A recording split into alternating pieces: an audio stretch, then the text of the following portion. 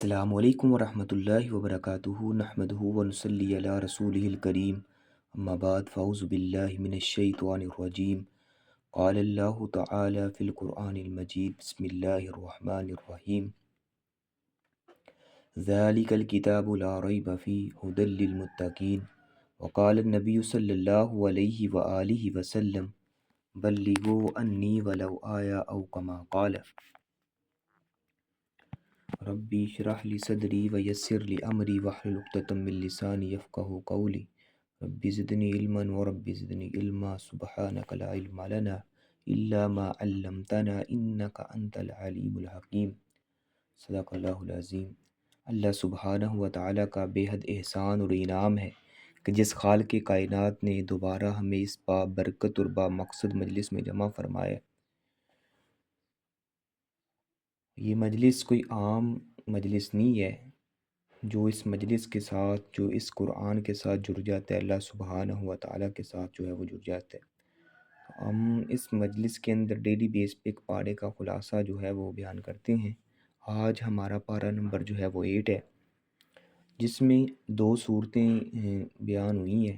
ایک تو سورۃ الانعام کا آخری حصہ ہے اور اسی طرح جو ہے سورۃ الاعراف کا ابتدائی حصہ ہے۔ سورۃ الانعام، انعام کا معنی ہوتا ہے جانور، چوپائے، مویشی۔ اس صورت میں چونکہ جانوروں کی حلت و حرمت کی بات کی گئی ہے، اس لیے اس صورت کا نام جو ہے وہ یعنی انعام رکھا گیا ہے۔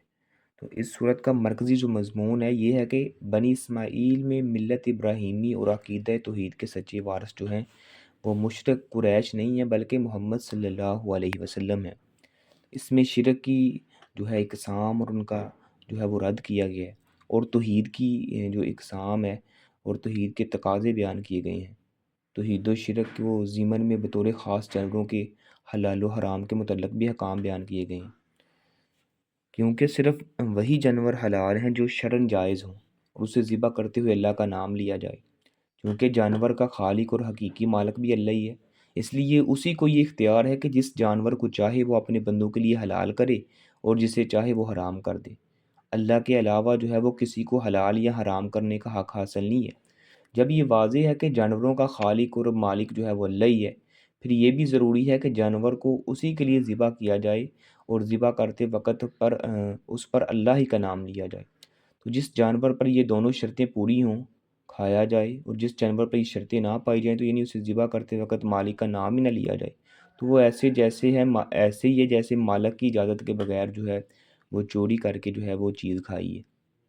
تو لہٰذا اس سے اجتناب کرنا چاہیے۔ اللہ تعالیٰ اپنے قرآن مجید کے اندر اس بات کا اعلان فرماتے ہیں، فَقُلُوا مِمَّا ذُكِرَ اسْمُ اللَّهِ عَلَيْهِ إِن كُنتُم بِآيَاتِهِ مُؤْمِنِينَ، کہ آپ جو ہے اس چیز میں سے کھاؤ جس پر اللہ کا نام لیا گیا ہے اگر تم اس کی آیات پر ایمان رکھنے والے ہو۔ ایک جگہ پہ فرمایا وَلَا تَأْكُلُوا مِمَّا لَمْ يُذْكَرِ اسْمُ اللَّهِ عَلَيْهِ وَإِنَّهُ لَفِسْقٌ، کہ اور اس میں سے مت کھاؤ جس پر اللہ کا نام نہیں لیا گیا، یقیناً وہ سراسر نافرمانی ہے، اور بے شک شیطان اپنے دوستوں کے دلوں میں ضرور باتیں ڈالتی ہیں تاکہ وہ تم سے جھگڑا کریں، اور اگر تم نے ان کا کہنا مان لیا تو یقیناً تم مشرک ہو جاؤ گے۔ تو اسی طرح جو ہے وہ مشرکین کا مال اور مویشی جو ہے وہ اپنی اولاد کو بھی بتوں کے نام پر وقف کرتے تھے۔ مشرکین جو تھے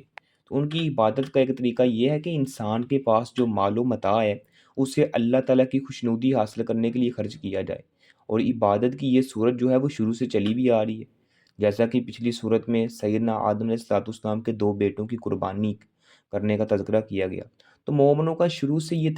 طریقہ کار رہا ہے کہ جسمانی عبادت کے ساتھ ساتھ اپنے اموال بھی اللہ کے راستے میں جو ہیں وہ پیش کرتے رہے ہیں۔ تو جب دنیا میں شرک کا آغاز ہوا تو مشرکین نے جہاں بتوں کے سامنے سجدہ ریز ہونا شروع کیا، وہیں اپنے مالوں سے بتوں کے نام کی نذر و نیاز بھی دینے لگے۔ جب کوئی کسان جو ہے وہ کھیتی بوتا ہے تو اس کے حصے جو ہے وہ بانٹ دیتا ہے کہ یہ حصہ میرا ہے، یہ اللہ کا ہے، یہ فلاں کے ہے، یا فلاں مزار پہ جا کے میں جو ہے وہ نظر و نیاز کروں گا یا فلاں کے نام کی۔ اس طرح جب کوئی مادہ بچہ جنم دیتی تو اسے وہ اللہ کے اور کسی اور بت کے نام پر بھی وقف کر دیتے تھے جو مشرکین تھے۔ اسی طرح جب کوئی مادہ بچہ جنم دیتی تو اللہ کے لیے اور کسی بت کے نام پر وقف کر دیتے، اور ساتھ پھر کبھی ایسا بھی ہوتا کہ اگر جو انہوں نے بت کے نام والی کوئی چیز جو ہے وقف کی ہے وہ خراب ہو جاتی یا بت کو دیے جانے والا جانور جو ہے وہ مر جاتا تو اللہ والا حصہ جو ہے وہ بت کو دے دیتے تھے۔ لیکن اگر اللہ والا حصہ خراب ہو جاتا، یعنی جو وقف کیا اللہ کے راستے میں، تو اگر وہ والا حصہ خراب ہو جاتا یا جو اللہ کو انہوں نے جانور جو ہے وہ الگ کیا اللہ کے نام کا، اگر وہ مر جاتا تو پھر وہ یعنی جو بت والا حصہ ہے وہ اللہ کے نام کا وہ نہیں دیتے تھے۔ لیکن اگر ان کی بت کی طرف سے کوئی چیز جو وقف کی ہوئی ہے وہ خراب ہو جاتی یا مر جاتی تو جو اللہ والا حصہ ہے پھر اپنے بت کو جو ہے وہ دے دیا کرتے تھے۔ اسی طرح جو ہے بعض جو ہے بت پرست اپنے بتوں کو خوش کرنے کے لیے مال مویشی کی نیاز جو ہے وہ دینے اور نذرانے چڑھانے کے علاوہ اپنی اولاد تک کو بتوں کے لیے وقف اور جو ہے وہ نظر کر دیا کرتے تھے۔ اللہ تعالیٰ نے جو ہے ان کا تذکرہ فرمایا وَكَذَلِكَ زَيَّنَ لَكَثِيرٍ مِّنَ الْمُشْرِكِينَ قَتْلَ أَوْلَادِهِمْ شُرَكَاؤُهُمْ لِيُرْدُوهُمْ وَلْيَلْبِسُوا عَلَيْهِمْ دِينَهُمْ وَلَوْ شَاءَ اللَّهُ مَا فَعَلُوهُ فَذَرْهُمْ وَمَا يَفْتَرُونَ۔ اور اسی طرح بہت سے مشرکوں کے لیے اپنی اولاد کو مار ڈالنا ان کے شریکوں نے جو ہے وہ خوش نما بنا دی ہے تاکہ وہ انہیں ہلاک کرے، تاکہ ان پر جو ہے ان کا دین جو ہے وہ خلط ملط کرے۔ اگر اللہ چاہتا تو وہ ایسا نہ کرتے، بس چھوڑ انہیں اور وہ جو جھوٹ باندھتے ہیں۔ تو اپنے اموال بتوں کے نام پر قربان کرنے کا ایک طریقہ یہ بھی تھا کہ وہ بتوں کے مجاوروں کے لیے خاص کر دیتے تھے، یعنی مجاوروں کے علاوہ ان پر کوئی نہیں سوار ہو سکتا یا انہیں کوئی کھا نہیں سکتا، اور ایسے جانوروں کو ذبح کرتے ہوئے وہ اللہ کا نام بھی نہیں لیتے تھے بلکہ اس بت کا نام لیتے تھے۔ وَقَالُوا هَٰذِهِ أَنْعَامٌ وَحَرْثٌ حِجْرٌ لَا يَطْعَمُهَا إِلَّا مَن نَّشَاءُ۔ کہتے تھے کہ یہ جو چوپائی اور کھیتی جو ممنوع کی گئی ہے انہیں ان کے سوا کوئی بھی نہیں کھا سکتا جسے ہم چاہیں گے، یعنی ہم نے جن چیزوں کے لیے ان کو وقف کر دیا صرف وہی، اگر ہم نے بتوں کے نام کا یا مجاوروں کے نام کا وقف کیا تو ان کے علاوہ اس پر کوئی سوار بھی نہیں ہو سکتا، نہ ہی ان کا کوئی گوشت کھا سکتا ہے، نہ کوئی ان سے فائدہ حاصل کر سکتا ہے۔ تو اسی طرح جو ہے انہوں نے اپنی طرف سے کچھ جانور جو ہے وہ مردوں کے لیے خاص کر دیے تھے کہ فلاں فلاں صورت میں جانور کو جو ہے وہ خواتین نہیں کھا سکتی، اور کچھ جانور کا گوشت جو ہے وہ عورتوں کو کھانے کی اجازت جو ہے وہ تھی۔ وَقَالُوا مَا فِي بُطُونِ هَٰذِهِ الْأَنْعَامِ خَالِصَةٌ لِّذُكُورِنَا وَمُحَرَّمٌ عَلَىٰ أَزْوَاجِنَا وَإِن يَكُن مَّيْتَةً فَهُمْ فِيهِ شُرَكَاءُ۔ کہتے ہیں کہ اگر انہوں نے کہا کہ جو چوپاؤں کے پیٹ میں ہے وہ خالص ہمارے مردوں کے لیے ہے اور جو ہماری بیویوں پر حرام کیا ہوا ہے اگر وہ مردہ ہو تو وہ سب اس میں شریک ہیں، تو عنقریب وہ انہی میں سے انہی کے یہ کہنے کی جزا بھی دے گا، بے شک وہ کمال حکمت والا سب کچھ جاننے والا ہے۔ یعنی جو یہ کر رہے ہیں، جس کا دل کرتا ہے جانور کو حلال کر لیتے ہیں، جس کا دل کرتا ہے اپنے لیے حرام قرار دے دیتے ہیں، یعنی یہ خود سے ایسے کام کرتے تھے مشرکین جو تھے۔ اللہ سبحانہ و تعالیٰ نے ان کی جو ہے وہ یہ ساری جو ہے حقیقت بیان کی ہے کہ حالانکہ اللہ تعالیٰ کا یہ حق ہے جس جانور کو چاہے وہ حلال کرے، جس کو چاہے حرام کرے، یہ خود جو ہے وہ جانوروں کو اپنے لیے حلال اور اپنے لیے جو ہے حرام کر دیا کرتے تھے۔ اسی وجہ سے اس سورت کو جو ہے اس کا نام اسی مناسبت سے رکھا گیا کیونکہ اس میں جو ہے وہ جانوروں کی حلت و حرمت جو ہے وہ بیان کی گئی ہے۔ اسی طرح جو ہے آج کل ہمارے ہاں جو ہے معاشرے میں بھی یہی رواج چلا جا رہا ہے کہ کوئی مثلاً کوئی اگر کہتا ہے کہ میں نے یہ رنگ کا کپڑا نہیں پہننا، بھائی کیوں نہیں پہننا؟ بھائی میرا جو بڑا بزرگ ہے اس نے کہا ہے کہ آپ نے اس کلر کا جو ہے وہ کپڑے نہیں پہننے، لہٰذا میں اس لیے نہیں پہنتا، یا میں ننگے سر جو ہے وہ کھانا نہیں کھاؤں گا، یا جو ہے وہ میں جو بڑا گوشت ہے میں وہ نہیں کھاؤں گا، یا میرا جو مرید ہے وہ لازمی طور پر فلاں رنگ کے کپڑے پہنے اس لیے میں یہ پہنتا ہوں۔ تو یہ ساری چیزیں جو ہیں وہ عرب کے مشرکین سے ہماری طرف جو ہے وہ کنورٹ ہوئی ہیں۔ تو ایسا نہیں کرنا چاہیے بلکہ جو چیز اسلام نے مسلمانوں کے لیے حلال کی ہے تو اسے حلال سمجھنا چاہیے، اور جس چیز سے منع کی ہے اس سے رکنا بھی چاہیے۔ اسی طرح جو ہے وہ عشر ادا کرنے کا حکم جو ہے اسی پارے کے اندر ہے کہ اللہ تعالیٰ نے اپنے بندوں پر جو انعامات کیے تھے ان کا تذکرہ کیا اور فرمایا کہ ان میں سے خود بھی کھاؤ اور اس میں سے کچھ اپنے غریب بھائیوں کو بھی کھلاؤ، اسی کو جو ہے وہ عشر کہا جاتا ہے۔ اللہ تعالیٰ فرماتے ہیں وَهُوَ الَّذِي أَنشَأَ جَنَّاتٍ مَعْرُوشَاتٍ وغیر معروشات ونخل وزرع مختلفا اکلہ والزیتون والرمان متشابہا وغیر متشابہ کلوا من ثمرہ اذا اثمر وآتوا حقہ یوم حصادہ ولا تسرفوا انہ لا يحب المسرفین۔ اور وہی ہے جس نے باغات پیدا کیے ہیں، جو چھپروں پر چڑھائے ہوئے ہیں، اور جو کچھ ایسے بھی ہیں جو نہیں چڑھائے ہوئے، اور کھجور کے درخت ہیں، کھیتی ہے جن کے پھل مختلف ہیں، زیتون ہے، انار ہے، جو ایک دوسرے سے ملتے جلتے ہیں، اور کچھ ایسے بھی ہیں جو ملتے جلتے نہیں ہیں۔ تو اس پھل میں سے کھاؤ، جب وہ پھل لائیں یعنی جب وہ پھل تیار کریں، اس کا حق جو ہے اس کی کٹائی کے دن ادا کرو، اور حد سے نہ گزرو، یقیناً حد سے گزرنے والوں سے اللہ محبت نہیں کرتا۔ یعنی مطلب کیا ہے کہ اس آیت میں اللہ تعالیٰ نے زمین سے پیدا ہونے والی ہر کھیتی، چاہے وہ پھل ہے، سبزی یا درخت، کا ذکر فرما کر حکم دیا ہے کہ کٹائی کے دن ان کا حق ادا کیا کرو، اس لیے کہ زمین سے پیدا ہونے والے ہر پھل، ہر کھیتی میں سے اللہ تعالیٰ کا حق ادا کرنا ضروری ہے، خواہ جن کی بیلیں ہیں، یعنی کچھ ایسے پھل سبزیاں ہوتی ہیں جو بیلوں کی شکل میں وہ درخت ہوتے ہیں، تو بیل پر جو ہے وہ لگتے ہیں، جو بیلیں ہوتی ہیں چھتوں پر چڑھائی جاتی ہیں، مثلا انگور ہے، توڑی وغیرہ ہے، یا ایسے باغات ہیں جن کی بیلیں زمین پر پھیلنی ہیں، مثلا خربوزہ ہے، تربوز ہے، گرما وغیرہ، یہ ایسے پھلدار درخت ہیں جو اپنے تنے پر قائم ہیں، مثلا کھجور ہے، زیتون ہے، انار وغیرہ ہے۔ تو مال میں اللہ تعالیٰ کا سب سے بڑا حق جو ہے وہ زکوٰۃ و عشر ہے۔ نبی علیہ الصلوۃ والسلام نے فرمایا فی ما ساقت السماء والعیون او کان اثریا العشر وما سقی بن نزہ نصف العشر،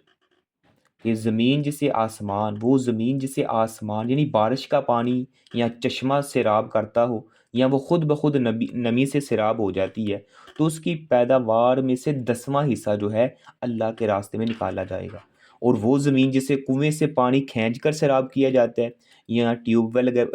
ویل وغیرہ لگا کے جو ہے وہ، یا موٹر وغیرہ بجلی کی شکل میں یعنی خرچہ کر کے جو ہے وہ پانی لگایا جاتا ہے، تو اس کی پیداوار سے جو ہے وہ 20واں حصہ جو ہے اللہ کے راستے میں نکالا جائے گا۔ یعنی یہ عشر کا یہ اصول بیان کیے جا رہے ہیں، یعنی وہ زمین جسے آپ نے فصل جو ہے وہ بوئی ہے، تو وہ بارش کے ذریعے جو ہے خود بخود جو سیراب ہو جاتی ہے، یا جو ہے وہ چشمہ پاس سے گزرتا ہے تو وہاں سے آپ پانی لگا لیتے ہیں، یہ اسی طرح جو ہے وہ کچھ زمینیں ایسی ہوتی ہیں خود بخود جو ہے وہ نمی کی شکل میں جو ہے ان کو ان پر خرچہ کرنے کی ضرورت ہی نہیں پڑتی، وہ خود بخود جو ہے وہ تیار ہو جاتی ہیں۔ تو ایسی فصل میں سے 10واں حصہ جو ہے اللہ کے راستے میں نکالا جائے،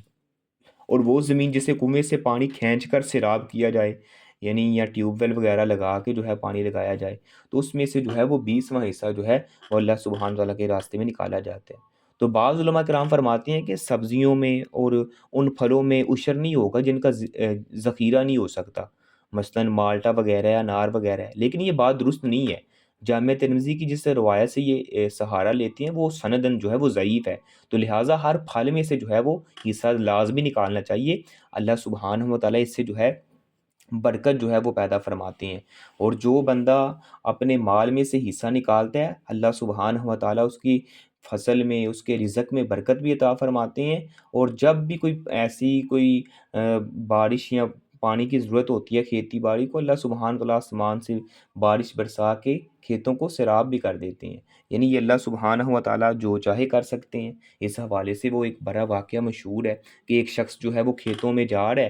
تو دھوپ جو ہے وہ نکلی ہوئی ہے، لیکن اس کی آسمان پر ایک بدلی آتی ہے، تو ایک بادل میں سے آواز کیا آ رہی ہے کہ اللہ اس کی حدیقہ، اس طرح کی آواز آ رہی ہے کہ فلاں کے باغ کو جا کے پانی پلاؤ، یعنی فلاں کے باغ کو جو ہے جا کر سیراب کرو۔ تو وہ جو بندہ گزر رہا تھا اس نے دیکھا کہ بادل میں سے یہ آواز آ رہی ہے، وہ جو ہے اس بادل کا پیچھا کرنا شروع کر دیتا ہے، جس طرف بادل جاتا ہے وہ بندہ بھی پیچھے پیچھے چلتا جا رہا ہے۔ اب بادل ایک جو ہے وہ چوٹی پر جا کے، پہاڑ کی چوٹی پر جو ہے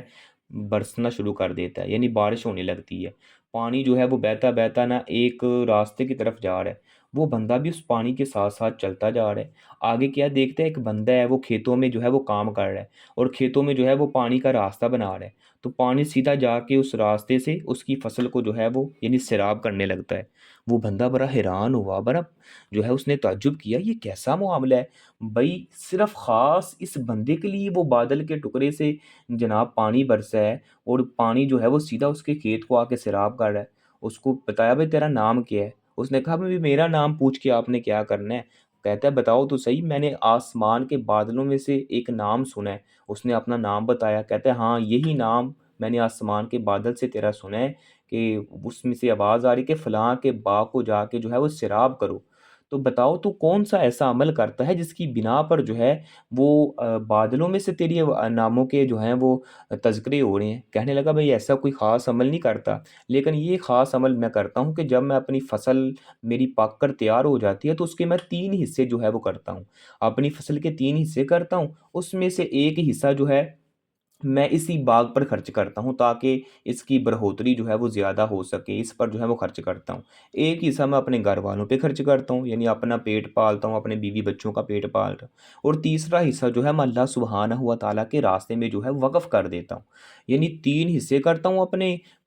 سارے معاملے کے، سارے فصل کے، اور اس میں سے ایک حصہ اپنے لیے، ایک اس باغ کے لیے، اور ایک حصہ اللہ کے راستے میں خرچ کرتا ہوں۔ تو جب سے میں یہ کام کرتا ہوں مجھے کبھی بھی ضرورت نہیں پڑی کہ مجھے بارش کی ضرورت ہو، پانی فصل کو لگانے کی ضرورت ہو۔ جب بھی فصل کو پانی لگانے کی ضرورت پیش آتی ہے، اللہ سبحانہ و تعالیٰ آسمان سے بارش نازل کر کے میرے کھیت کو سیراب کر دیتا ہے۔ یعنی کتنا عظیم عمل ہے، اگر کوئی صحیح معنوں میں آج ہمارے اندر ایمان ختم ہو چکے ہیں، ہمیں جو ہے وہ ذرا سی پریشانی آئے یا ذرا سی کوئی اذیت پہنچے تو ہم ناشکرے ہو جاتے ہیں اور اللہ سبحانہ و تعالیٰ پر جو ہے وہ گلے شکوے کرنے لگ جاتے ہیں۔ بلکہ چاہیے تو یہ ہر حال میں اللہ کی جو ہے وہ حمد بیان کریں، اللہ کا شکر ادا کریں۔ اللہ تعالیٰ فرماتے ہیں لَئِن شَكَرْتُمْ لَأَزِيدَنَّكُمْ، اگر تم میرا شکریہ ادا کرو گے تو میں تمہیں اور نعمتوں سے نوازوں گا، اور اگر تم میری ناشکری کرو گے تو پھر میرا عذاب جو ہے وہ بہت سخت ہے۔ اس لیے اللہ سبحانہ و تعالیٰ کا ہر حال میں شکریہ ادا کرنا چاہیے۔ انسان کو اللہ نے جس حال میں رکھا ہے اللہ سبحانہ و تعالیٰ کا شکریہ ادا کرنا چاہیے۔ بھئی اللہ نے آپ کو صحت تندرستی عطا فرمائی ہے، آپ کو بولنے کے لیے زبان دی ہے، دیکھنے کے لیے بصارت دی ہے، سننے کے لیے سماعت عطا فرمائی ہے، کان عطا فرمائے ہیں، اور اسی طرح جو ہے پکڑنے کے لیے ہاتھ، چلنے کے لیے پاؤں عطا کیے ہیں۔ تو یہ اللہ سبحانہ و تعالیٰ کی بہت زیادہ نعمتیں ہیں۔ آپ ایک چیز کی بھی جو ہے وہ یعنی اس کو جو ہے بطور اس کے یہ دینا چاہیں، یعنی ایک چیز ہے، آپ سمجھتے ہیں کہ میں نے اس کا حق ادا کر دیا اتنی عبادت کر کے، تو آپ اس کا حق ادا نہیں کر سکتے۔ ان چیزوں کی قدر ان سے پوچھو جن کی یہ یعنی یہ چیزیں نہیں ہیں، جو آنکھ سے محروم ہے، جو ہے بولنے سے محروم ہے، جو پکڑنے ہاتھ سے محروم ہے، ان سے جا کے پوچھیں کہ کتنی بڑی نعمتیں ہیں اللہ سبحانہ ہوا تعالیٰ کی، اگر اللہ سبحانہ تعالیٰ نے یہ چیزیں جو ہیں وہ بندے کو عطا کی ہوئی ہیں۔ اسی لیے ہر حال میں جو ہے وہ اللہ سبحانہ و تعالیٰ کا انسان کو شکر جو ہے وہ بجا آور لانا چاہیے، شکریہ ادا کرنا چاہیے۔ اور اسی طرح جو ہے اسی پارے کے اندر یہود پر ناخن والا جانور اور حلال جانوروں کی چربی کی حرمت اس حوالے سے ڈسکس کی گئی ہے کہ قرآن مجید نے بتایا کہ بنیادی طور پر جو 4 چیزیں حرام ہیں وہ مردار ہے۔ انما اللہ فرماتے ہیں انما حرم علیکم المیتۃ والدم ولحم الخنزیر وما اہل بہ لغیر اللہ، یعنی بنیادی طور پر یہ 4 چیزیں حرام ہیں، یعنی مردار حرام ہے، اسی طرح جو ہے وہ خون حرام ہے، خنزیر کا گوشت حرام ہے جس سے غیر اللہ کے نام پر پکارا جائے، یعنی وہ چیز حرام ہے۔ تو اس کے علاوہ کبھی بھی اللہ نے کسی قوم پر ان کے گناہوں کی سزا کے طور پر کچھ چیزیں حرام کر دیتا ہے، یعنی اسی اصول کے مطابق یہود کے بعد جرائم کے سبب ان پر کچھ چیزیں جو ہے وہ حرام کر دی۔ اللہ تعالیٰ نے بنیادی حرام چیزوں کا تذکرہ کرنے کے بعد فرمایا وَعَلَى الَّذِينَ هَادُوا حَرَّمْنَا كُلَّ ذِي ظُفُرٍ وَمِنَ الْبَقَرِ وَالْغَنَمِ حَرَّمْنَا عَلَيْهِمْ شُحُومَهُمَا إِلَّا مَا حَمَلَتْ ظُهُورُهُمَا أَوِ الْحَوَايَا أَوْ مَا اخْتَلَطَ بِعَظْمِ ذَلِكَ جَزَيْنَاهُمْ بِبَغْيِهِمْ وَإِنَّا لَصَادِقُونَ۔ اور ان لوگوں پر جو یہودی بن گئے ہم نے ہر ناخن والا جانور حرام کر دیا، اور گائیوں اور بیر بکریوں میں سے ہم نے ان پر دونوں کی چربیاں حرام کر دی، سوائے ان کے جو ان کی پشتیں یا انتڑیاں اٹھائے ہوئے ہیں، تو جو کسی ہڈی کے ساتھ ملی ہو اس کے علاوہ، تو ہم نے انہیں ان کی سرکشی کی سزا دی ہے، اور بلا شبہ ہم یقیناً سچی ہیں۔ تو سیدنا جابر رضی اللہ تعالیٰ فرماتے ہیں کہ میں نے نبی علیہ الصلوۃ والسلام سے فتح مکہ کے سال مکہ مکرمہ میں سنا، آپ نے فرمایا تھا اللہ تعالیٰ یہود کو برباد کرے، جب ان کے لیے چربیوں کو حرام کیا گیا تو انہوں نے پگھلایا، پھر ان کی قیمت کھا گئی، یعنی یہ ہیلے سازی تو بڑی کرتے تھے نا۔ اللہ نے ان پر چربی حرام کی، انہوں نے پتہ کیا ان کو پگھلا کے جو ہے ان کی خرید و فروخت کرنی شروع کر دی، ایسے کرتے تھے۔ یہ آج ایسے ہی ہے جیسے آج کئی مسلمان خود شراب نہیں پیتے، خود خنزیر کا گوشت نہیں کھاتے، لیکن کافروں کو یہ چیزیں بیچ کر قیمت کھا جاتے ہیں۔ تو وہی کے زمانے میں اللہ تعالیٰ گناہ کی وجہ سے کسی قوم کو اپنی کچھ نعمتوں سے محروم کر دیتا تھا، اور وقت کے نبی پر وحی بھیج کر اسے حرام قرار دے دیتا، مگر اب اللہ جس قوم سے ناراض ہوتا ہے تو اس کو جو ہے وہ قحط، مہنگائی اور بیماریوں کے ذریعے اپنی نعمتوں سے محروم کر دیتا ہے۔ آج ہم معاشرے کو دیکھیں، ہمارے کتنے لوگ کتنی نعمتوں سے محروم ہیں۔ اسی طرح جو ہے حرام چیزوں کے کاموں کی جو ہے وہ ایک فہرست جو ہے اس پاڑے کے اندر بیان کی گئی ہے کہ اللہ تعالیٰ نے شریعت میں حرام چیزوں کے حوالے سے بتایا کہ کہہ دو کہ آؤ میں پڑھوں جو تمہارے رب نے تم پر حرام کی ہے۔ اس نے تاکیدی حکم دیا ہے کہ اس اللہ کے ساتھ کسی چیز کو شریک نہ ٹھہراؤ۔ اسی طرح جو ہے ماں باپ کے ساتھ جو ہے خوب احسان کرو اور ان کو نظر انداز نہ کیا کرو۔ والدین کی عظمت کوئی عام عظمت ہے، والدین کی شان کوئی عام شان ہے، اور ان کے متعلق تو اللہ سبحانہ و تعالیٰ کا قرآن اعلان کرتا ہے، فلا تقل لہما اف، اور بھائی ان کو اف تک بھی نہیں کہنا۔ مفسرین لکھتے ہیں کہ اف کہتے کسی ہیں، یعنی اف نہیں کہنا، اف کا مطلب کیا ہے؟ مفسرین لکھتے ہیں جب انسان زمین پر بیٹھتا ہے تو اس کے کپڑوں کو ڈسٹ وغیرہ لگتی ہے، تو جب وہ اٹھتا ہے اپنے کپڑوں کو جھاڑتا ہے تو جو ڈسٹ جو ہے وہ ہوا میں اڑتی ہے، تو اس کی تھوڑی سی پریشانی ہوتی ہے کہ بھئی میرے کپڑوں کو کیوں لگی ہے، جو اس کو اتنی تھوڑی سی تکلیف ہوتی ہے نا، تو یعنی اس کو پریشانی ہوتی ہے۔ مفسرین لکھتے ہیں اس سے مراد اف ہے کہ آپ نے والدین کو اتنی بھی جو ہے وہ اذیت اور اتنا بھی جو ہے وہ پریشان نہیں کرنا جتنی پریشانی آپ کو زمین پر بیٹھ کے اٹھنے کی وجہ سے، یعنی آپ کے کپڑوں کو وہ مٹی لگنے کی وجہ سے ہوئی ہے، تو آپ نے اپنے والدین کو اتنی بھی پریشان نہیں کرنا۔ لیکن آج جو ہیں وہ اولادیں نافرمان ہیں،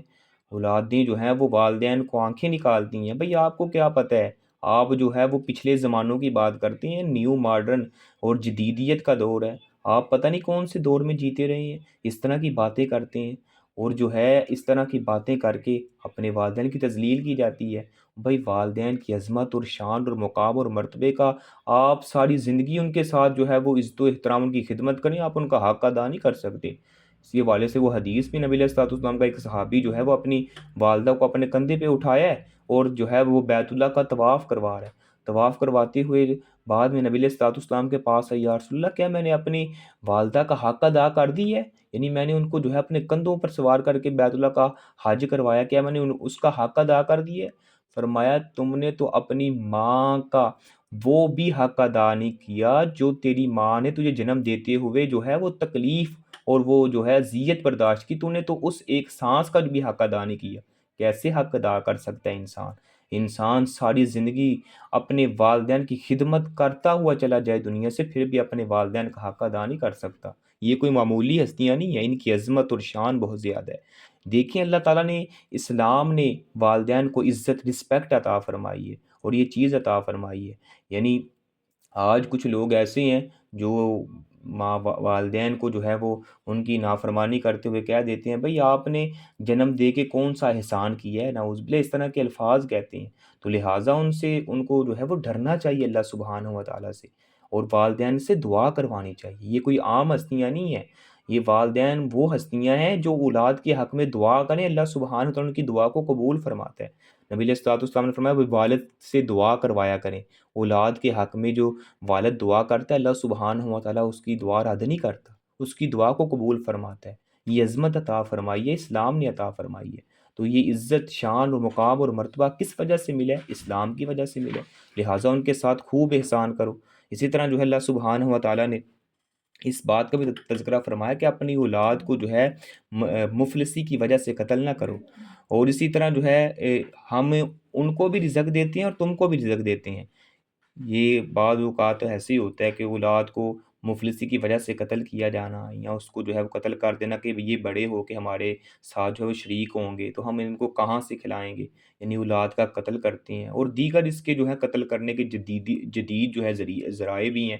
یعنی اولاد کو قتل کرنا منصوبہ بندی کے طور پر، یا اس طرح بے شمار اب جدید دور ہے تو جدید جو ہے وہ اس کے رول اور رسول ہیں۔ تو لہٰذا اولاد کو اس وجہ سے قتل نہیں کرنا کہ وہ اولاد جو ہے اس کو ہم کہاں سے کھلائے پلائیں گے۔ اللہ ان کو بھی رزق دیتا ہے اور تمہیں بھی رزق دیتا ہے۔ اسی طرح جو ہے کسی کو ناحق قتل کرنا، یہ بھی اللہ سبحانہ تعالیٰ نے حرام ٹھہرایا ہے۔ تو یتیم کے مال کے قریب نہ جاؤ، مگر اس طریقے سے جو سب سے اچھا ہو، یہاں تک کہ وہ اپنی پختگی کو پہنچے۔ یعنی آپ ان کو اپنے ساتھ شریک کر سکتے ہیں تو ان کا مال اتنا صرف ہو تاکہ ان کے ساتھ زیادتی نہ ہو، وہ آپ کے ساتھ جو ہے وہ کھانے میں شریک ہو جاتے ہیں۔ اور اسی طرح جو ہے ماپ اور تول میں انصاف کے ساتھ کام کرو، یعنی ماپ تول میں کمی نہ کرو۔ آج دیکھ لیں ہمارا معاشرہ ماپ تول میں کمی کے ساتھ کس قدر یعنی ملاوٹ کرتا ہے، ماپ تول میں کمی کرتا ہے۔ تو یہ چیزیں ایسی ہیں جو انسان کو ہلاکت کی طرف لے کے جاتی ہیں، اور پہلی قوموں کو اسی وجہ سے ہلاک کیا گیا، ان کے جرائم کی وجہ سے۔ تو جب بات کرو تو انصاف کرو، خواہ رشتہ دار ہو یا کوئی بیگانہ ہو، تو انصاف کے ساتھ کام، یہ نہیں ہے کہ یہ میرا رشتہ دار، یہ میرا ریلیٹیو ہے تو اس کو جو ہے میں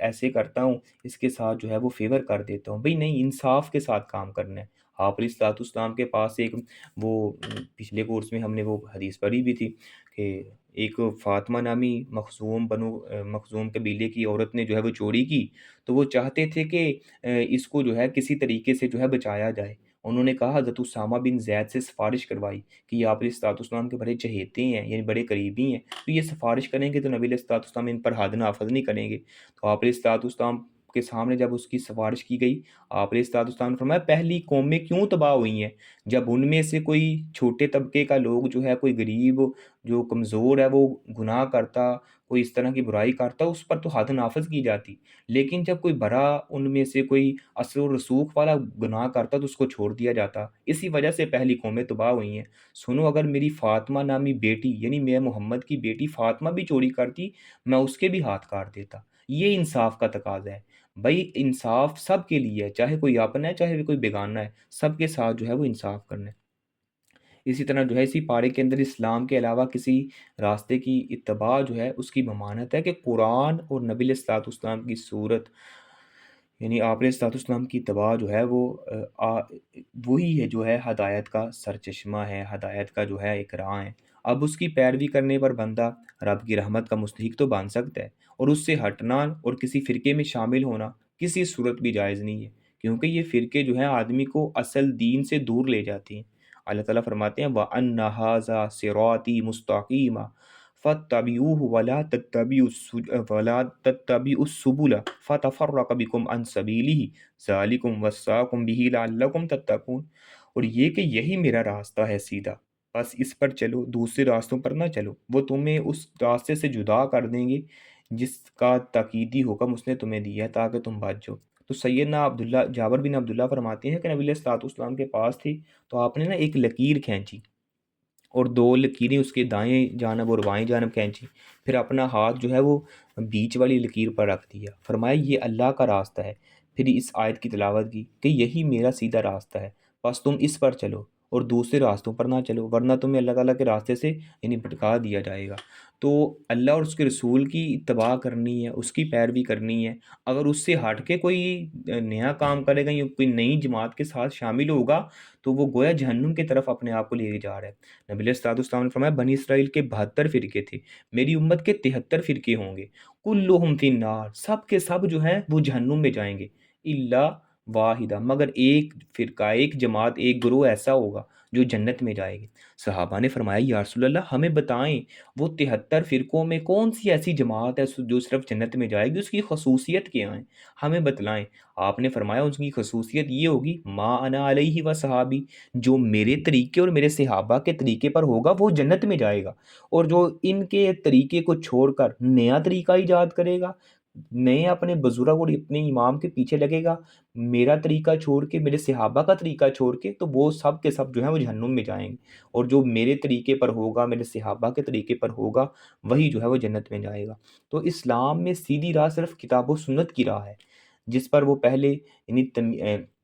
زمانے گزرے ہیں، جنہیں نبی علیہ الصلوۃ والسلام نے فرمایا خیر الناس قرار دیا کہ بہترین وہ لوگ تھے، اس کے سوا سب راستے جو ہے ممنوع ٹھہرائے ہیں، خواہ وہ مذاہب اربعہ کی تقلید ہو یا اہل بدعت کے بنائے ہوئے طریقے ہوں، کیونکہ یہ شروع ہی میں بعد میں ہوئے ہیں، یعنی شروع ہی بعد میں ہوئے ہیں۔ خود ائمہ اربعہ اور دیگر مجتہدین نے یہی وصیت کی ہے کہ ان کی تقلید نہ کریں، بلکہ سب قرآن و حدیث پر جو ہے وہ چلیں۔ یعنی جتنے امام گزرے ہیں وہ تو اپنے کاغذوں میں جو ہے پاک اور صاف ہیں، انہوں نے کہا کہ بھئی جب آپ کو صحیح حدیث مل جائے تو آپ نے اس کی اتباع کرنی ہے، یہ نہیں کہنا کہ میرے امام نے یہ کہا ہے، وہ تو اپنے جگہ پہ سچے ہیں، انہوں نے جو بات ان تک پہنچی انہوں نے واضح پہنچا دی ہے، پھر انہوں نے اپنی کتابوں کے اندر یہ لکھ دیا ہے، مینشن کر دیا ہے، بھئی ہم تک تو یہ بات پہنچی تو ہم نے یہ ساری لکھ لکھ دی ہیں، اگر اس کے بعد بھی آپ کو کوئی صحیح حدیث مل جاتی ہے، اس کے مقابلے میں ہماری بات آ رہی ہے، تو آپ نے کیا کرنا ہے؟ ہماری بات کو چھوڑ دینا ہے، نبی علیہ الصلوۃ والسلام کی بات کو ترجیح دینی ہے، وہ تو پاک صاف ہو گئے۔ آج ہم جو ہیں وہ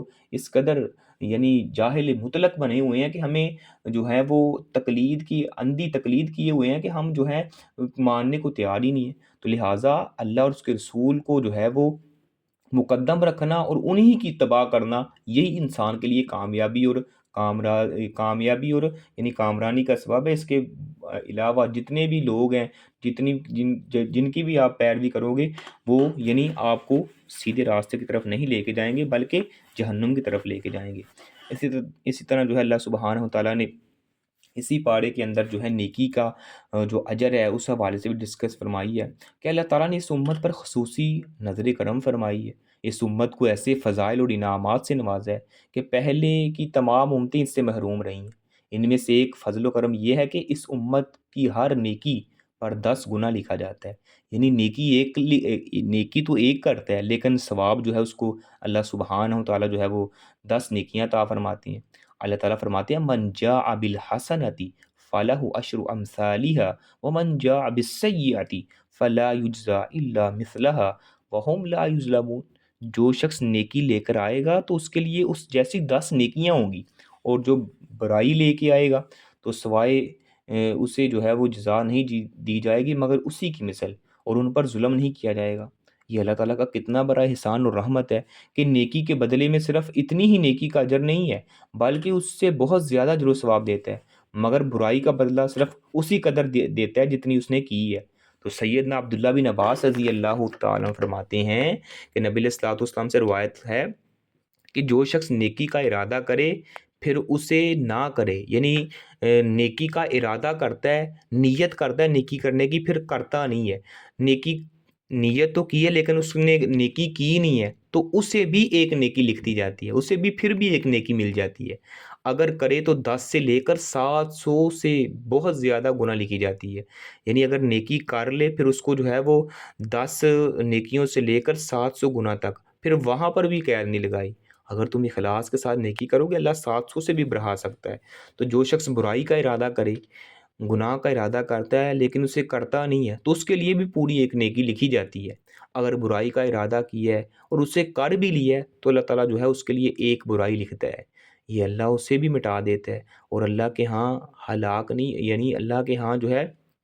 اللہ کسی کو ہلاک نہیں کرتا مگر جو وہ خود انسان وہ اپنے آپ کو ہلاک کرتا ہے۔ یہ صحیح مسلم کے اندر بھی روایت موجود ہے۔ تو برائی چھوڑنے والا 3 طرح کا ہوتا ہے، کبھی تو وہ اسے اللہ تعالیٰ کی خاطر چھوڑتا ہے، اس پر نیکی لکھی جاتی ہے، کبھی غفلت یا بھول کی وجہ سے برائی نہیں کرتا تو اسے جو ہے نہ گناہ ملتا ہے نہ ثواب، کیونکہ اس کی نیت نہ خیر کی ہے نہ شر کی ہے، اور کبھی پوری کوشش کے باوجود بس نہ چلنے کی وجہ سے وہ کر نہیں سکتا،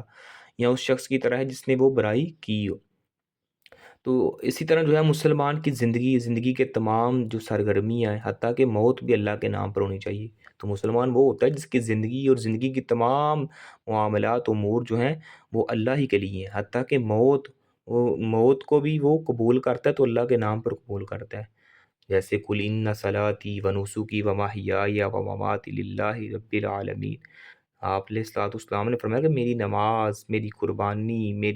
میری زندگی، میری موت سب اللہ ہی کے لیے ہے۔ تو اللہ تعالیٰ نے سیدنا ابراہیم علیہ الصلوۃ والسلام کا ذکر فرمایا کہ یہود و نصارہ اور مشرکین مکہ تینوں فریق انہیں اپنا پیشوا تسلیم کرتے تھے، یعنی اپنا برا مانتے تھے، اور اس بات کا بھی اقرار کرتے تھے کہ وہ ایک ہی اللہ کی عبادت کرتے تھے۔ لہٰذا تم اللہ تعالیٰ کا کتنا بڑا احسان اور رحمت ہے کہ نیکی کے بدلے میں صرف اتنی ہی یعنی لہٰذا یہ سبحان ہے کہ لوگ جو ہیں وہ اس دین میں غلط عقیدے گھر کر جو ہے وہ شامل نہ کرو، اس طرح جو ہے وہ الگ فرقے نہ بناؤ۔ تو کاش ہم نے ہر ایک واقعی یہ اعلان کرنے کے قابل ہو سکے کہ میری نماز، میری قربانی، میرا جینا مرنا جو ہے اللہ ہی کے لیے ہے، لیکن یہ تبھی ممکن ہے جب ہم اپنی زندگیوں کو واقعتاً اللہ کے لیے وقف کریں گے۔ اس طرح جو ہے سورۃ الاعراف ہے، تو اس میں جو ہے نبی علیہ الصلوۃ والسلام کی مکی زندگی کے آخر میں جو یہ نازل ہوئی ہے، تو اس کے اندر وہ زمانہ تھا جب قریش نبی علیہ الصلوۃ والسلام کو قتل کرنے کے منصوبے بنا رہے تھے، کہ اللہ تعالیٰ نے اس صورت کے ذریعے قریش مکہ کو قوموں کی ہلاکت کی تاریخ یعنی ان کی قوموں کی جو ہلاکت ہے ان کی طریق اسباب بنا کر جو ہے وہ تنبیہ فرمائی ہے کہ اگر تم باز نہ آئے تو تمہارا انجام بھی جو ہے وہ ہلاکت خیز ہوگا۔ جنت اور جہنم کے درمیان ایک مقام ہے جسے جو ہے یعنی اعراف کہا جاتا ہے۔ اس صورت کا نام جو ہے وہ اسی کی مناسبت سے یہ رکھا گیا ہے۔ تو اتباع کتاب و سنت کی ہے، سب سے پہلے مسلمانوں کو کتاب و سنت کی اتباع کا حکم دیا گیا ہے، اور ان کے علاوہ کسی کو اتباع کرنا، کسی کی بھی اتباع کرنا یا کسی کی بھی پیروی کرنا وہ جائز نہیں ہے۔ اللہ تعالیٰ فرماتے ہیں اتبعوا ما انزل الیکم من ربکم ولا تتبعوا من دونہ اولیاء قلیلا ما تذکرون، کہ اس کے پیچھے چلو جو تمہاری طرف تمہارے رب کی جانب سے نازل کیا گیا ہے، اور اس کے سوا اور دوستوں کے پیچھے مت چلو، بہت کم تم نصیحت قبول کرتی ہو۔ اسی طرح جو ہے وہ تخلیقی آدم علیہ السلام کا واقعہ ہے، اور فرشتوں کا سجدہ کرنا، کہ اللہ تعالیٰ نے قوموں کی ہلاکت کے اسباب بیان کرنے سے پہلے گمراہی ہی کی ابتدا اور طریق کا تذکرہ کیا ہے، کہ آدم علیہ السلام کی تخلیق کے بعد فرشتوں کو حکم دیا گیا کہ آدم علیہ السلام کے سامنے سجدہ ریز ہو جائیں۔ سب نے حکم پر جو ہے وہ عمل کیا، مگر ابلیس نے جو ہے وہ اللہ کا حکم ماننے سے انکار کر دیا۔ جب اس سے اس بات کی وجہ پوچھی جاتی ہے، دریافت کیا جاتا، تو کہتا ہے قال انا خیر منہ خلقتنی من نار وخلقتہ من طین۔ اس نے کہا کہ میں اس سے بہتر ہوں۔ بھئی کس وجہ سے تو بہتر ہے، کیسے بہتر ہے؟ کہتا ہے مجھے تو نے آگ سے پیدا کیا ہے اور اس سے جو ہے مٹی سے پیدا کیا، لہٰذا میں تو اس سے بہتر ہوں، اس لیے میں نے سجدہ نہیں کرنا، تکبر کر لیا نا۔ تو اللہ تعالیٰ نے جو ہے اسے اپنے دربار سے ذلیل کر کے نکال دیا۔ تو اس نے پچھتاوے اور معافی مانگنے کی بجائے کہا مجھے قیامت تک مہلت دے۔ اللہ نے پوچھا مہلت میں کیا کرے گا؟ کہنے لگا کہ قال فبما اغویتنی لاقعدن لهم صراطک المستقیم ثم لآتینہم من بین ایدیہم ومن خلفہم وعن ایمانہم وعن شمائلہم ولا تجد اکثرہم شاکرین۔ اس نے کہا پھر اس وجہ سے کہ میں ان کو بھی گمراہ کروں گا، یعنی جو تیرے ماننے والے ہیں میں ان کو بھی گمراہ کروں گا۔ کیسے گمراہ کرے گا؟ بھائی میں ان کے جو ہے وہ راستے سے، ان کے راستوں پر بیٹھوں گا، ان کو جو ہے ان کے آگے پیچھے دائیں بائیں کی طرفوں سے آؤں گا اور ان کو جو ہے یعنی گمراہ کروں گا، تو اکثر کو شکر کرنے والا نہیں پائے گا۔ اللہ تعالیٰ نے فرمایا قال اخرج منها مذعوما مدحورا لمن تبعک منہم لأملأن جہنم منکم اجمعین۔ فرمایا کہ اس سے نکل جا، مذمت کیا ہوا، دتکارا ہوا، بے شک ان میں سے جو تیرے پیچھے چلے گا میں ضرور ان کو جہنم میں داخل کروں گا، یعنی جو تیری پیروی کرے گا، تیری اتباع کرے گا، میں ان کو جہنم میں ڈالوں گا۔ تو آدم علیہ السلام اور سیدہ حوا کو جو ہے وہ جنت میں اللہ سبحانہ و تعالیٰ نے ٹھہرایا۔ تو اس پارے کے اندر ان کی بھی وضاحت کی جا رہی ہے۔ اسی طرح جو ہے اسی پارے کے اندر جو ہے اس بات کا بھی تذکرہ فرمایا گیا ہے کہ انسان کا جو اللہ تعالیٰ نے عزت اور شان اور مقام اور مرتبہ رکھا ہے وہ لباس میں رکھا ہے، لہٰذا انسان کا لباس جو ہے وہ پاک اور صاف ہونا چاہیے۔ اور اسی طرح جو ہے وہ کیونکہ اللہ تعالیٰ نے انسان کو لباس جو ہے وہ انسان کی زینت ہے۔ اللہ تعالیٰ نے جب سیدنا آدم علیہ السلام کو جنت میں رکھا اور ساتھ جو ہے ان کو تنبیہ بھی فرمائی کہ آپ جنت میں ٹھہرو، جہاں سے چاہو تم کھاؤ پیو، یا آدم اسکن انت وزوجک الجنۃ فکولا من حیث شئتما ولا تقربا هذه الشجرۃ فتکونا من الظالمین۔ اے آدم تم اور تیری بیوی جنت میں رہو، بس دونوں کھاؤ جہاں سے چاہو، اور اس درخت کے قریب مت جاؤ کہ تم دونوں جو ہے وہ یعنی ظلم کرنے والوں میں، ظالموں میں سے ہو جاؤ گے۔ اس طرح جو ہے گناہ کے انجام کا عملی تجربہ ابلیس کی اصلیت ہے تاکہ انسان سے اسے جو ہے وہ دشمن سمجھے اور اس کی سازشوں سے بچ کر رہے۔ تو ابلیس سے آدم علیہ السلام کا جنت میں رہنا برداشت نہ ہوا، تو اس نے جو ہے جنت سے نکالنے پر جو ہے وہ یعنی پورا جیسے کہتے ہیں کہ تیار ہو گئے، میں نے کسی نہ طریقے سے ان کو جو ہے وہ جنت سے نکال کے رہنا ہے۔ تو ابلیس نے آدم علیہ السلام کو اور حوا علیہ السلام اللہ علیہ کو جنت سے نکالنے کے لیے یہ طریقہ اختیار کیا جو اس صورت میں بیان ہوا ہے تفصیل کے ساتھ، کہ ان کے دل میں یہ وسوسہ ڈالا کہ یہ درخت جو ہے وہ ابدی زندگی دینے والا ہے، جو شخص اس کا پھل کھا لیتا ہے تو اس کی یہ زندگی ختم نہیں ہوتی، اسے موت نہیں آتی۔ یہ فرشتے بھی اس درخت کا پھل کھانے کی وجہ سے اس مرتبے پر فائز ہیں، چونکہ اللہ تعالیٰ نے تمہاری زندگی کو جو ہے وہ محدود کی ہے، چند دنوں کے بعد یہ ختم ہو جائے گی، اس لیے تمہیں اس درخت سے روکا گیا ہے، بہکار ہے۔ تو انہوں نے ابلیس کی بات نہ مانی تو وہ قسمیں اٹھانے لگا کہ میں تمہارا خیر خواہ ہوں، اس طرح دھوکہ دہی سے انہیں پھل کھانے پر آمادہ کر لیا۔ جب آدم علیہ السلام وہ پھل جو ہیں وہ کھا لیتے ہیں، ان کا جنتی لباس جو ہے وہ اتر گیا، انہیں فوراً احساس ہوا، پشیمان ہوئے۔ اللہ نے فرمایا وَأَقُلْ لَكُمَا إِنَّ الشَّيْطَانَ لَكُمْ عَدُوٌّ مُبِينٌ، یقیناً میں نے تم دونوں کو کہا تھا، آواز دی تھی کہ یہ جو درخت سے یعنی پھل نہ کھانا، یہ شیطان جو ہے تمہارا واضح دشمن ہے، کھلا دشمن ہے۔ تو زندگی کی پہلی غلطی تھی کہ معافی مانگنے کا طریقہ بھی معلوم نہ تھا۔ اب اللہ تعالیٰ نے جو ہے معافی کا طریقہ بھی سکھا دیا، اور یہ دعا مانگی ربنا ظلمنا انفسنا وان لم تغفر لنا وترحمنا لنکونن من الخاسرین۔ اے اللہ، یقیناً ہم دونوں نے اپنی جانوں پر ظلم کی ہے، اگر تو نے ہمیں نہ بخشا، ہم پر رحم نہ کیا، یقیناً ہم ضرور خسارہ پانے والوں میں سے ہو جائیں گے۔ اس طرح جو ہے اللہ تعالیٰ نے ان کی توبہ کو جو ہے وہ قبول کر لیا۔ اسی طرح جو ہے اللہ سبحانہ و تعالیٰ نے اور یہ بھی فرمایا کہ اتر جاؤ، اب تمہارا باز کا دشمن ہے، تمہارے لیے زمین میں ایک وقت کا ایک ٹھکانہ ہے، کچھ زندگیاں کا یعنی کچھ زندگی کا سامان ہے۔ تو اللہ تعالیٰ کی اطاعت میں زندگی گزارنے سے ہمیشہ کے لیے یہ جنت آپ کو مل سکتی ہے۔ اگر شیطان کی بات مانو تو ہمیشہ کے لیے اس جنت سے محروم کر دیا جائے گا، اور جو ہے وہ جہنم میں ڈال دیا جائے گا۔ تو انسان کا امتیاز جو ہے وہ لباس ہے۔ اللہ تعالیٰ نے انسان کو اپنی تمام مخلوقات سے افضل پیدا کی ہے اور بہت سارے امتیازات سے نوازا ہے۔ ان امتیازات میں سے ایک لباس ہے جو انسان کے لیے خوبصورتی اور عزت کا باعث ہے۔ اللہ تعالیٰ فرماتے ہیں یا بنی آدم قد انزلنا علیکم لباسا یواری سوآتکم وریشا ولباس التقوی ذالک خیر ذالک من آیات اللہ لعلہم یذکرون۔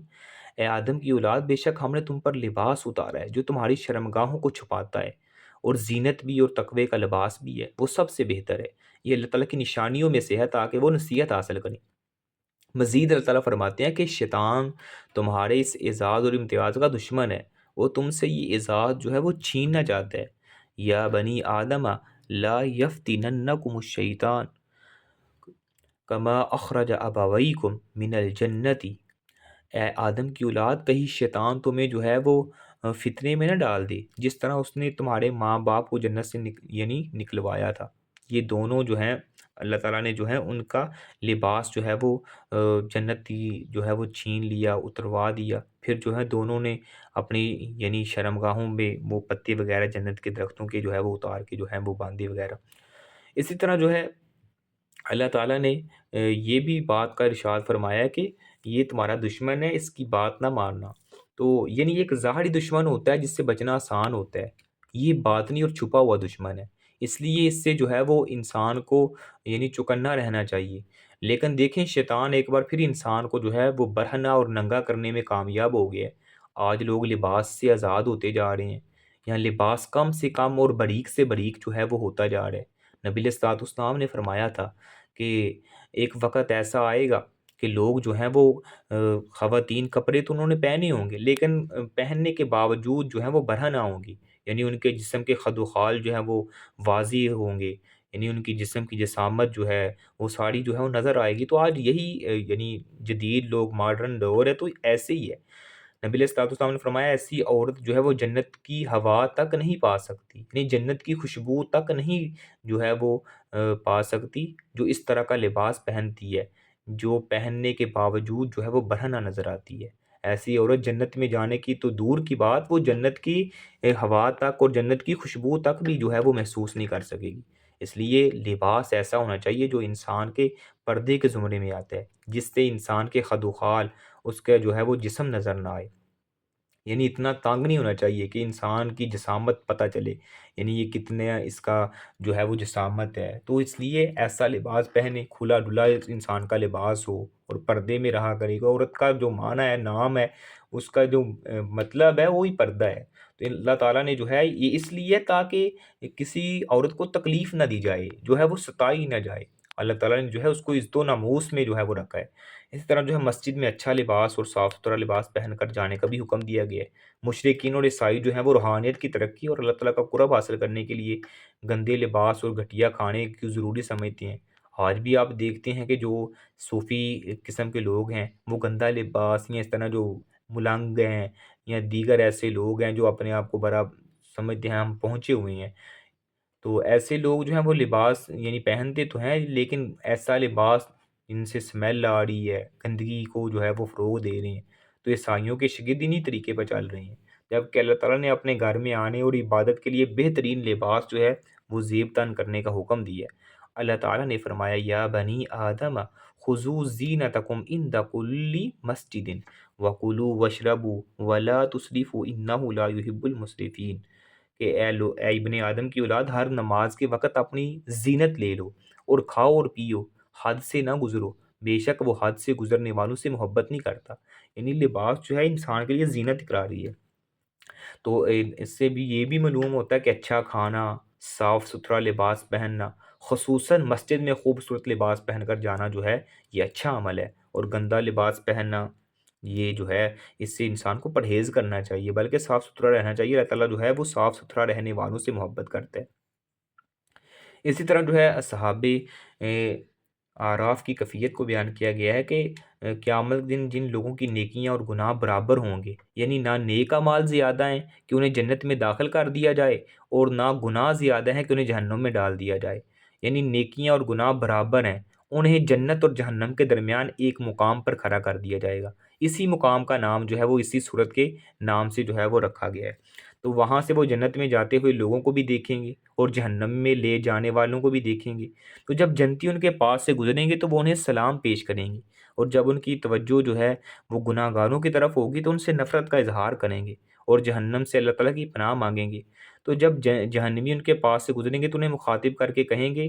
جی آپ تو ہمارے ساتھ دنیا میں زندگی بسر کرتے تھے، ہمارے ساتھ رہتے تھے، سارے معاملات کرتے تھے، تو آج جو ہے وہ اس دنیا کی زندگی نے کچھ فائدہ فودہ نہیں دیا۔ اس طرح جو ہے جب جنت کی طرف، جنت والے لوگوں کی طرف دیکھیں گے وہ خوش ہوں گے کہ یہ اللہ تعالیٰ نے ان پر رحمت فرمائی، جنت میں جا رہے ہیں، تو پھر اللہ تعالیٰ نے اہل ایمان سے محبت اور اللہ کے دشمنوں سے نفرت دیکھے گا تو انہیں جو ہے جنت میں داخلہ عطا فرما دے گا۔ یعنی اللہ تعالیٰ دیکھے گا کہ ان کے دلوں میں نیک لوگوں کی جو ہے محبت ہے، نیک لوگوں کا جو ہے وہ ان کے ساتھ ان کی موافقت ہے، تو اسی وجہ سے، اسی خوشی کی وجہ سے اللہ تعالیٰ جو ہے وہ ان کو بھی جنت میں داخل کر دے گا، لیکن ان کے جو وہ چہروں پر یہ مینشن ہوگا کہ یہ وہ لوگ ہیں جن کو یعنی پروموٹ کر کے جو ہے وہ آگے جنت میں لے کر آیا گیا ہے۔ اسی طرح جو اللہ تعالیٰ کی اطاعت اور عبادت کا حقیقی سبب قرآن مجید میں سب سے زیادہ عبادت اور اس کی اطاعت کرنے پر دیا، یعنی اللہ تعالیٰ نے جو ہے وہ زور دیا ہے، وہ یہ ہے کہ الا لہ الخلق والامر تبارک اللہ رب العالمین، سن لو کہ پیدا کرنا اور جو ہے وہ اسی کا کام ہے جو بہت برکت والا ہے، جو سارے جہانوں کا رب ہے، یعنی اللہ تعالیٰ کی وحدانیت کا تذکرہ فرمایا گیا ہے۔ اسی طرح جو ہے اللہ تعالیٰ نے یہ بھی بیان فرمایا کہ ادعوا ربکم تضرعا وخفیا انہ لا یحب المعتدین ولا تفسدوا فی الارض بعد اصلاحها وادعوه خوفا وطمعا ان رحمت اللہ قریب من المحسنین، کہ اپنے رب کو گر گرا کر خفیہ طور پر پکارو، بے شک وہ حد سے بڑھنے والوں سے محبت نہیں کرتا، اور زمین میں اس کی اصلاح کے بعد فساد مت پھیلاؤ، اور اسے جو ہے خوف اور طمع سے پکارو، بے شک اللہ کی رحمت نیکی کرنے والوں کے قریب ہے۔ اسی طرح اللہ تعالیٰ نے اسی پارے کے اندر ان اقوام کا بھی تذکرہ فرمایا جن کو عذابوں میں مبتلا کیا گیا، جو لوگ اتنے واضح دلائل کے باوجود اپنے خالق و مالک کی بات نہیں مانتے تھے، وہ اللہ کی ناراضگی اور غضب کے مستحق بن جاتی ہیں۔ بعض لوگوں کو اللہ تعالیٰ اسی دنیا میں عذاب سے دوچار کر دیتا ہے۔ اس صورت میں اللہ تعالیٰ نے ان قوموں کی ہلاکت کی جو ہے وہ وضاحت کی ہے، یعنی 6 اقوام کا تذکرہ کیا گیا ہے جن پر دنیا میں ہی عذاب نازل ہوا اور وہ ہلاک ہو گئیں۔ اللہ تعالیٰ نے سورۃ اعراف میں مشرکین کو تنبیہ کی ہے کہ سابقہ تباہ شدہ اقوام اور ان کی تباہی کے اسباب کا تذکرہ کیا ہے، تو 8ویں پارے میں 4 اقوام کی تباہی کا تذکرہ کیا گیا ہے، یعنی 8ویں پارے کے اندر 4 قوموں کا تذکرہ فرمایا۔ قوم نوح کے بارے میں آپ دیکھ لیں، اللہ تعالیٰ کے جو ہیں نور علیہ السلام نے باقاعدہ جو ہے وہ پہلے رسول ہیں، جب لوگوں نے بت پرستی شروع کر دی تو اللہ تعالیٰ نے جو ہے وہ نور علیہ السلام کو مبعوث فرمایا، انہوں نے 950 سال تک جو ہے وہ دین کی دعوت دی، لیکن قوم کی حالت کیا تھی؟ فَكَذَّبُوهُ فَأَنجَيْنَاهُ وَالَّذِينَ مَعَهُ فِي الْفُلْكِ وَأَغْرَقْنَا الَّذِينَ كَذَّبُوا بِآيَاتِنَا إِنَّهُمْ كَانُوا قَوْمًا عَمِينَ، پھر انہوں نے اسے جھٹلایا تو ہم نے ان لوگوں کو جو کشتی میں اس کے ساتھ تھے بچا لیا، اور ان لوگوں کو غرق کر دیا جنہوں نے ہماری آیات کو جھٹلایا، یقیناً وہ اندھے لوگ تھے۔ قوم عاد کا دیکھ لیں، دوسری قوم عاد ہے، تو عام انسانی تاریخ میں سب سے جو ہے وہ مضبوط قوم تھی، وہ بھی سرکشی کرنے لگے تو اللہ تعالیٰ نے سیدنا ہود علیہ الصلوۃ والسلام کو ان کی طرف مبعوث فرمایا، انہوں نے توحید کی دعوت دی۔ تو قوم نے جواب میں کیا کہا، قالوا اجئتنا لنعبد اللہ وحدہ ونذر ما کان یعبد آباؤنا فاتنا بما تعیدنا ان کنت من الصادقین۔ اللہ تعالیٰ سے کہنے لگے کہ ہمارے پاس تو لے آ، ہم کیسے اللہ کی عبادت کریں، ہم اپنے باپ دادا کے دین کو چھوڑ دیں جن کی وہ عبادت کرتے تھے، تو جس کی تو دھمکی دیتا ہے کہ عذاب آئے گا، جا ہم پر عذاب جو ہے لے کے آگا، تو سچوں میں سے ہے۔ تب اللہ تعالیٰ نے ان پر عذاب نازل کیا، تو ایمان والوں کے سوا کوئی ایک بھی نہ بچ سکا۔ قوم سمود کا تذکرہ